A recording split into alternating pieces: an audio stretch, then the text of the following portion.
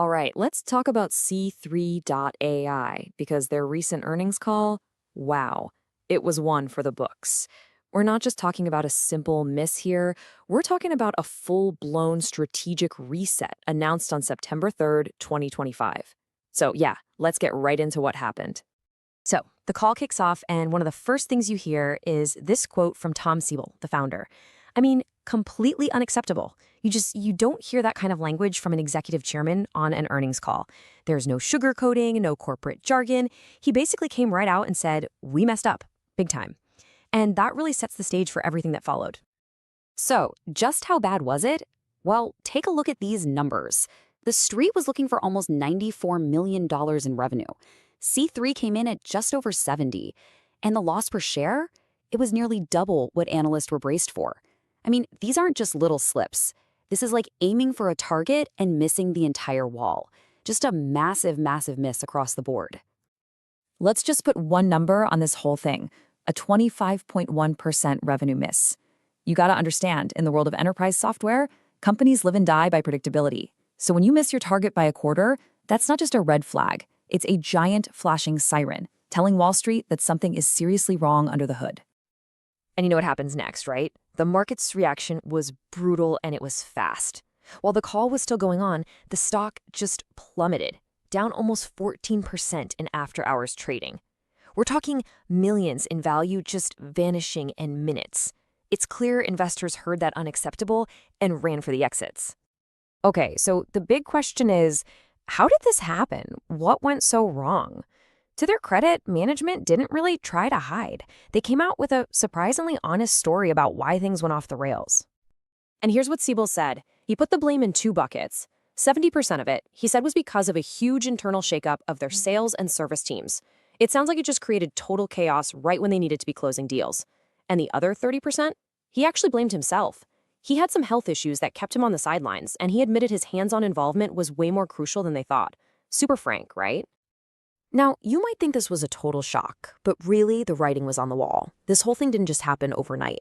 The trouble started brewing back in early August when they put out this preliminary warning that was so bad it tanked the stock 25%, right then and there. Then, just 2 days before the official report, boom, a new CEO takes over. So this earnings call, it was really just the final chapter in a pretty disastrous lead-up.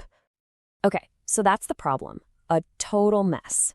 But after laying all that out, the call shifted gears completely. They pivoted straight to the solution. And we're not talking about a little tweak here or there. No, this was about hitting the big red reset button on pretty much everything. New leadership, new strategy, the whole shebang. So at the center of this big reset, you've got two key players. First, you have Tom Siebel, the founder, the visionary. He's stepping back to be executive chairman, focusing on strategy, partners, the big ideas. And then you have the new guy, CEO Stephen Ehikian, and he is all about execution. This is a guy who's built and sold AI companies, he's worked in the government, he's an operator. The message here is pretty loud and clear. It's time to shift from just having a great vision to actually executing on it, day in and day out. So what's the new game plan? It's called the Strategic Integrator Program. And honestly, the easiest way to think about it is like Intel Inside for AI. Instead of C3 trying to do all the selling themselves, they're going to license their core platform to huge partners, right? These partners will then build their own apps on top of it and sell them using their own massive sales teams. It's a pretty smart way to try and scale up fast without having to hire a whole army of salespeople. And the thing is, this partner-focused idea isn't just a theory. It's actually already happening. Get this, even in that terrible Q1, 90% of the deals they managed to close came through their partners, like Microsoft and McKinsey. Plus, they were quick to point out some big wins with major customers in manufacturing and defense. So their argument is, hey, people still want our tech. We just totally failed at selling it ourselves. All right, let's recap. We've got the disastrous quarter, we've got the frank explanation, and we've got the big reset plan. So now for the most important part. What's our take? What does the future hold for C3.ai? And this really is the million-dollar question, isn't it? Is this a turnaround story in the making, or is this a classic value trap? Are we watching a company hit rock bottom and pivot to a huge comeback? Or are these problems just too deep to fix with a new CEO and a new strategy? So, how are we going to know if this new plan is actually working? Well, here are the key things to keep an eye on. First and foremost, the Q2 results. They have to show that the bleeding has stopped, and they absolutely need to bring back their full-year guidance. We also need to see some real, tangible wins coming from this new partner program, especially through big channels like Microsoft Azure. At the end of the day, it's simple. Is revenue starting to grow again, and are they getting closer to being profitable? That's the scorecard.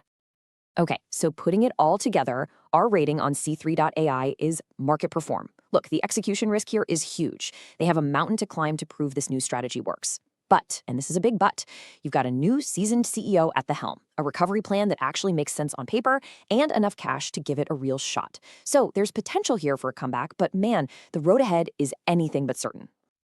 So C3.ai has hit the reset button. They've got a new leader, a new plan, and now they're in a race against time to prove that this unacceptable quarter was just a stumble, not the beginning of a fall. The next few quarters are going to tell us everything. Are we watching a legendary turnaround story begin, or is this just a trap for investors? We'll see. And of course, just a reminder, this is not financial advice.